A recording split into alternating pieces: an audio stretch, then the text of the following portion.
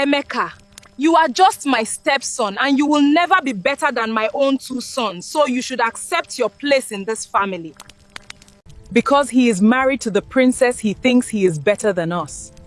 Today, King Emeka will eat his last meal. If I cannot destroy your throne, I will destroy your life. Yeah. I'll get fresh vegetables first, then I'll take this to the palace. The peaceful village of Umagu came alive before the sun rose each morning. The loud crowing of the rooster echoed from one compound to another. Women wrapped colorful wrappers around their waists and walked to the stream with clay pots balanced gracefully on their head. Farmers sharpened their cutlass while children chased one another along the dusty path. It was the kind of village where everyone knew everyone. In that village lived a young boy named Emeka. There was a time when Emeka's life was filled with joy. His mother was the light of his world. Every evening after supper, she would sit beneath the large mango tree in front of their mud house and tell him stories. Stories of brave warriors who defended their people. Stories of beautiful maidens who married princes. Stories of mysterious spirits that protected the forests and rivers. As Emeka listened, he would rest his head on her lap and dream of becoming a great man someday. His mother always smiled and stroked his hair. One day, my son, she will say, your kindness will make you farther than riches. At that time, Emeka never understood her words. Then, tragedy struck. His mother fell sick. The sickness grew worse with each passing day. Soon, the laughter disappeared from their home. The story stopped. The singing stopped. One cold morning, the village bell rang slowly. The women began to cry. The elders shook their heads sadly. Emeka's mother was gone. The little boy cried until his eyes became swollen. His world had suddenly become empty. For months, his father also mourned, but eventually, relatives began advising him to remarry. A young boy needs a mother, they say. Not long after, his father married a woman called Nwankego. At first, she seemed kind. She cooked for Emeka. She smiled at him. She even called him her son. The villagers praised her, but the kindness did not last. The moment Nwankego gave birth to her own sons, everything changed. Slowly, her smile disappeared whenever she looked at Emeka. Her voice became harsh. The food portion she gave him became smaller. Then the insult began. Soon, Emeka became a stranger in his own home. While her son slept comfortably on soft mats inside the house, Emeka slept near the kitchen in a thin piece of cloth spread on the hard floor. While they enjoyed fresh pounded yam and steaming boiled bitterleaf soup, Emeka received leftover. Whenever there was meat, his plate was empty. Whenever there was celebration, he was sent away to work.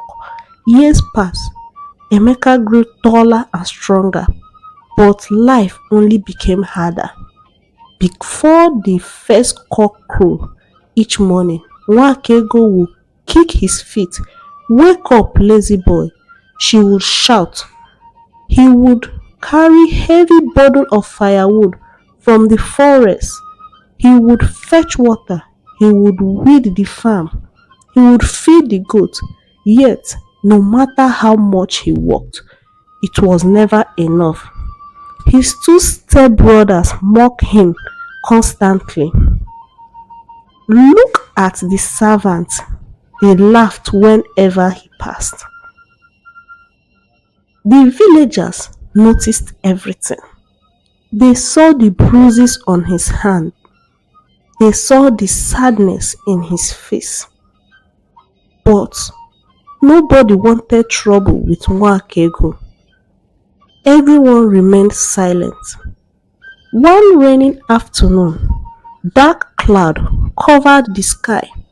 The forest path became slippery from the heavy rainfall. Emeka was returning from the forest with a large bundle of firewood balanced on his head. The wind whispered through the tree. Suddenly, a terrified scream scattered the silence. "Help me!" Emeka stopped. His heart began pounding. Again, the scream echoed through the forest. Without hesitation, he dropped the firewood and ran towards the sound. What he saw shocked him. A young woman was running for her life. 3 armed robbers were chasing her. Her clothes were covered with mud. Fear filled her eyes. "Help me," she cried. The robbers laughed when they saw Emeka. One of them waved his machete. "Run away, boy, if you value your life." But Emeka did not run. All the years of pain, hunger and humiliation suddenly burned inside him. For once, he refused to be afraid. He grabbed a thick stick from the ground. The robbers charged at him. A fierce struggle followed. One struggled across his shoulder, another punched him in the face, but Emeka fought back with everything he had. He swung the stick again and again. Finally, realizing they might attract attention, the robbers flew into the forest. Breathing heavily, Emeka dropped the stick. His body ached. Blood trickled from the cut above his eye. The young woman stared at him in disbelief.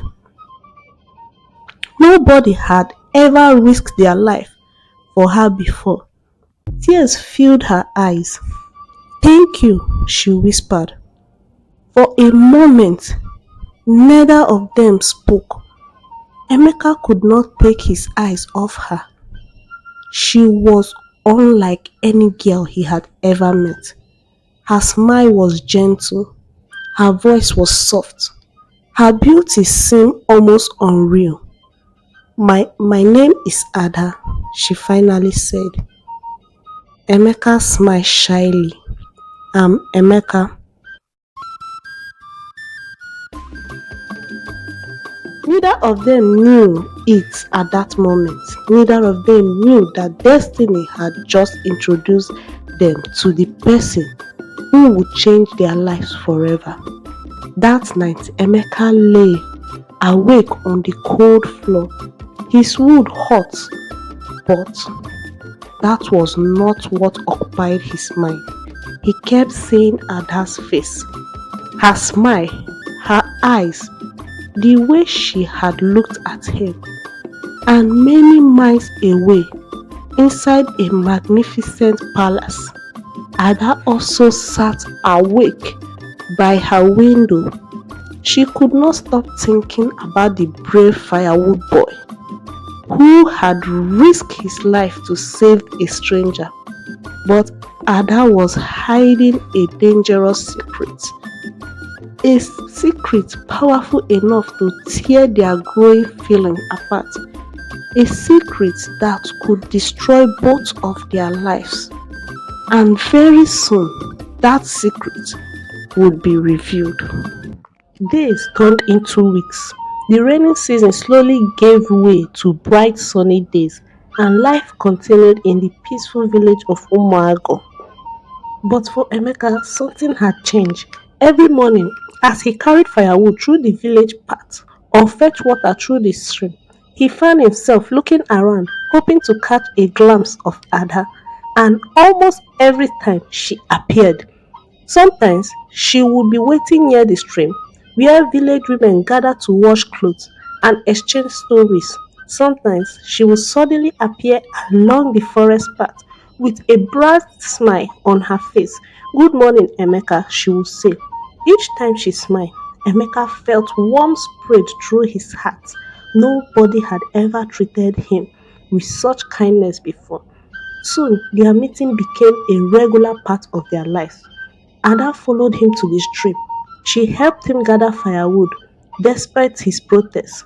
Whenever he carried a heavy burden, she would insist on carrying a smaller one.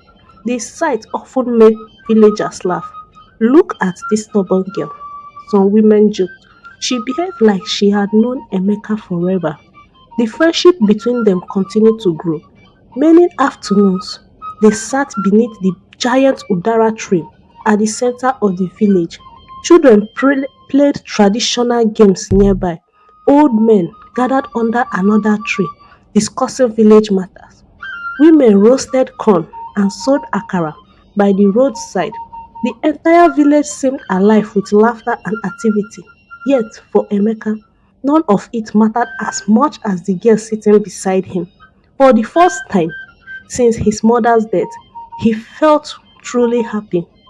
For the first time in years, he felt seen, he felt valued, he felt loved. Sometimes Amaka listened quietly as Emeka shared story about his difficult life. He told her about his late mother. He told her about the beating from Wankego. He told her how lonely he often felt. Ada's eye would fill with tears whenever he spoke. The more he learned about him, the more her heart softened. What Emeka did not know that Amaka carried a secret heavier than any burden he had ever carried. She was not an ordinary village girl. Her real name was Princess Adaeze. She was the only daughter of the king. She lived inside the largest palace in the kingdom. But unlike many royals, Adaeze had always been curious about ordinary people. She wanted to understand how they live. She wanted to see life beyond palace wall. That was why she often disguised herself and secretly visited villages. Yet, all the people she had met, none had touched her heart like Emeka. At first, she admired his bravery. Then, she admired his kindness. Before she realized it, admiration had turned into affection, and affection was slowly becoming love. But love often attracts enemies. One afternoon, as Emeka and Adaeze sat beneath the udara tree, sharing roasted corn, two pairs of jealous eyes watching from a distance, it was Emeka's stepbrother. They had secretly followed him, hidden behind a cluster of bushes. They observed everything. They saw Ada laughing. They saw her smiling at Emeka. They saw the way she looked at him. Immediately, jealousy entered their hearts. How could the boy they treated like a servant attract such a beautiful girl? The hatred grew stronger. That evening, they rushed home and told Nwakego everything. The wicked woman listened carefully. A slow smile appeared on her face. "This is dangerous," she said. "What if the girl comes from a wealthy family?" The boy exchanged worried glance. Nwakego eye narrowed. If Emeka marries a rich woman, he will become more important than all of us. She slammed her hand against the wooden table. "We cannot allow that to happen." A wicked plan was born. Within days, rumors began spreading across Umuago, at the village square, at the stream, at the market. Everywhere people gathered. The lies multiplied. Emeka is a thief. He steals from travelers. He is a criminal. He cannot be trusted. Many villagers refused to believe the stories, but as the rumor continued, doubt slowly crept into people's mind. Before long, the rumor traveled beyond Umuago. They reached neighboring villages. Then they reached the palace itself. When the king heard them, his face darkened with anger. A common firewood boy, he thundered. A thief? A criminal? And he dared to get close to my daughter? The king immediately ordered soldiers to investigate. Meanwhile, Ada realized she could no longer keep her secret hidden. She loved Emeka, and if their relationship was going to survive, he deserved to know the truth. One bright morning, she traveled with an unusual seriousness on her face. Emeka, she said softly, there is something important I want to show you.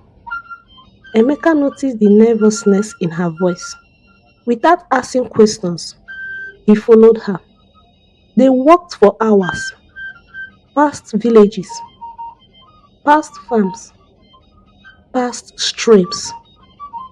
Eventually, a enormous palace wall appeared in the distance. Emeka stopped walking.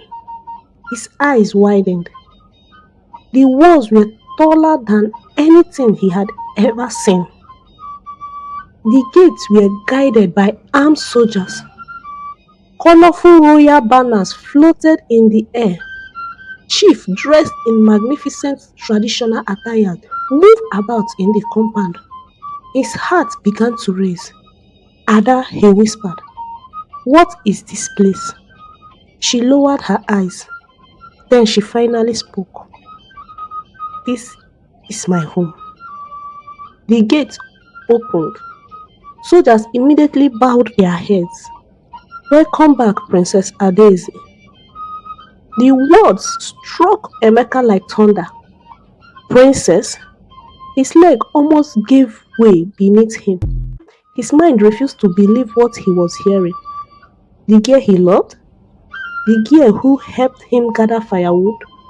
The girl who sat beside him beneath the Udara tree? She was a princess? The only daughter of the king? Before Emeka could recover from the shock, loud footsteps echoed through the palace hall. The king rose from his throne, his face burned with anger. The rumor had already poisoned his mind. He pointed directly at Emeka. His voice thundered through the palace. Guards! The entire hall felt silent. Arrest him! And before Emeka could say a single word, soldiers rushed towards him from every direction. The entire kingdom of Umagu was shaken to its foundation. The moment Emeka was dragged into the royal palace courtyard in chain, whispers spread like wildfire. Is it true that he's a thief? How can a firewood boy approach the princess? The king's face was cold with anger. The lies had already poisoned his heart. Without giving Emeka a chance to speak, he gave a sharp command. Take him to prison. Emeka did not even understand what was happening. One moment he was holding Ada's hand. The next he was being dragged away like a criminal. Princess Adaeze screamed and ran forward.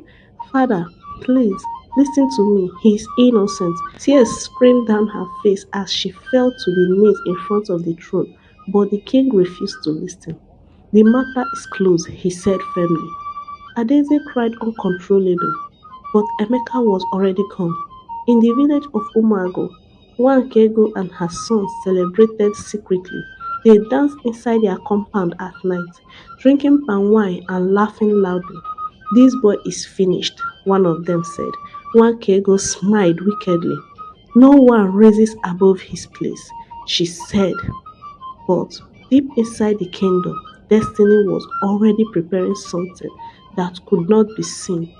Days after, a royal announcement echoed across the land. The king declared a grand festival.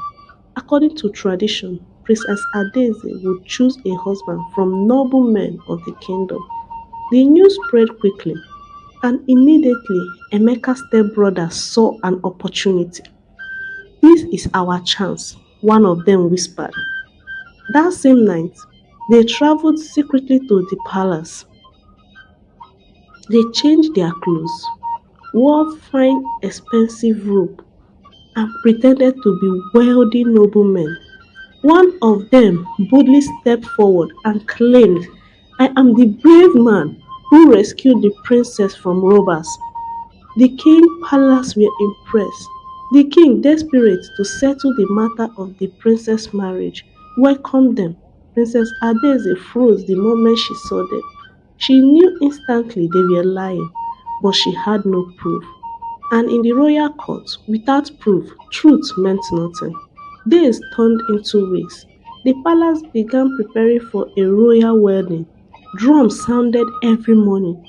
Women decorated their palace with palm fronds and beautiful fabrics. Cooks prepared feasts. The entire kingdom was in celebration. But inside a dark prison cell, Emeka was breaking slowly. He sat on the cold floor, staring at nothing. The food in front of him remained untouched. His mind kept replaying Ada's face. She's going to marry someone else. For the first time in his life, Emeka felt truly hopeless. Outside the kingdom was preparing a wedding. Inside his heart was dying. Then, one evening, something strange happened. An old hunter arrived at the palace gate. His clothes were torn, his walking stick was worn out, but his eyes carried wisdom and fire. He demanded to speak to the king. The guards laughed at him at first, but something about his presence made them uneasy. Eventually, he was brought before the royal court. The palace became silent. The hunter looked at the king and said, I have carried a secret for many years, a truth that must be revealed today. The king frowned. What truth? The hunter took a deep breath. A truth about Emeka's father. The entire court leaned forward. The hunter continued. Many years ago, Emeka's father saved this kingdom during a deadly war. The king at that time promised his family protection and honor forever. But after his death, the hunter said, his family was forgotten and abandoned. Silence fell like thunder. Then the hunter raised his voice again. And that's not all. He turned towards the king. The boy you imprisoned, Emeka, is the same boy who saved Princess Adeze from armed robbers in the forest. The palace exploded with shock. Before the king could speak, more villagers stepped forward. We saw it. He fought them alone.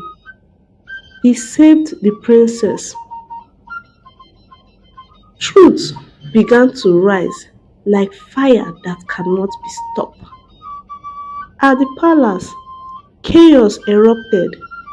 The lies of Nwankego and her sons were uncovered in front of everyone. The noble robe they wore suddenly felt heavy. The king's face turned pale with shame and anger. For the first time, the truth was undeniable.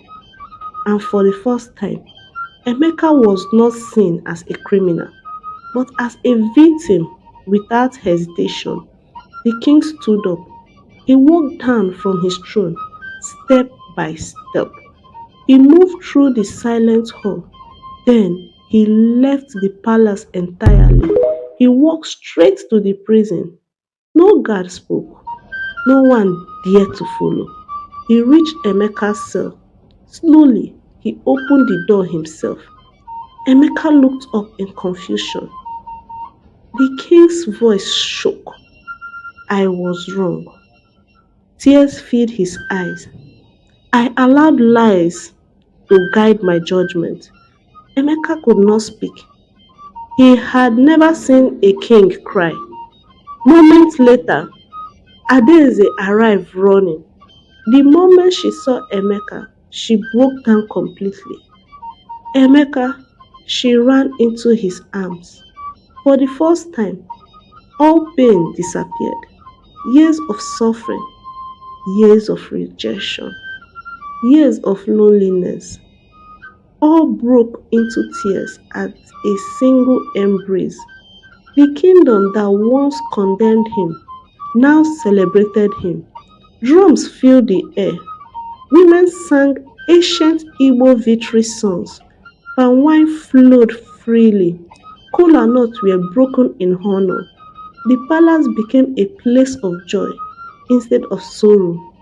Days passed. The wedding that was once planned changed completely. Instead of a false union, it became a celebration of true love. The entire kingdom gathered for days of celebration. Years later, after the old king passed away peacefully, the throne was passed on, and the kingdom saw something no one ever expected. Emeka, the firewood boy, became king. The same boy who once walked barefoot through dusty paths carrying firewood now sat on the throne. Beside him sat Queen Adaeze. Whenever he looked at her, he remembered everything: the forest, the rain, the day he saved a stranger. Neither of them knew then that destiny had already written their love story long before they met. After Emeka became king, peace returned to the kingdom. The poor was cared for, justice was restored, and the palace gates were open to anyone who came with a honest intention. But Nwankego's heart was still full of bitterness. One day she pretended to have changed. She dressed in old clothes, tied scarf round her head, and began to cry before the villagers. I have sinned against Emeka, she said. I want to ask for forgiveness. The villagers believed she had finally repented. To make her apology seem genuine, she prepared a delicious meal, the same kind of food Emeka loved when he was a child. But behind her tears was another wicked plan. She secretly mixed poison into the food. If I cannot see him suffer, she whispered to herself, then he should not live to enjoy the throne. She covered the pot and left for her farm to pick fresh vegetable before taking the meal to the palace. Not long after she left, her two sons returned from hunting. They were hungry and exhausted. One lifted the lid of the pot. The food smelled wonderful. The food smells wonderful, he said. Mother can cook another one, the other replied. Without waiting for her, they shared the entire meal. Before one Kego returned, both young men had collapsed. When she entered the compound and saw her sons lying lifeless beside the empty pot, the bowl slipped from her hands and scattered on the floor. She screamed. Her scream echoed across the village. Neighbors rushed in. The village healer examined the pot and quietly shook his head. It was poisoned. The truth spread quickly through the kingdom. Everyone realized the poison prepared for King Emeka had killed the very son she had wanted to protect all her life. The elders gathered in the village square. One elder said, the trap she dug for another has swallowed her own household. Ashamed and heartbroken, Nwankego went to the palace, barefoot and weeping. She fell before King Emeka. My son, she cried, I have no excuse. I have destroyed my own family with my wickedness. If you can, forgive me. The palace became silent. Emeka looked at the woman who had made his childhood miserable. Then he spoke gently.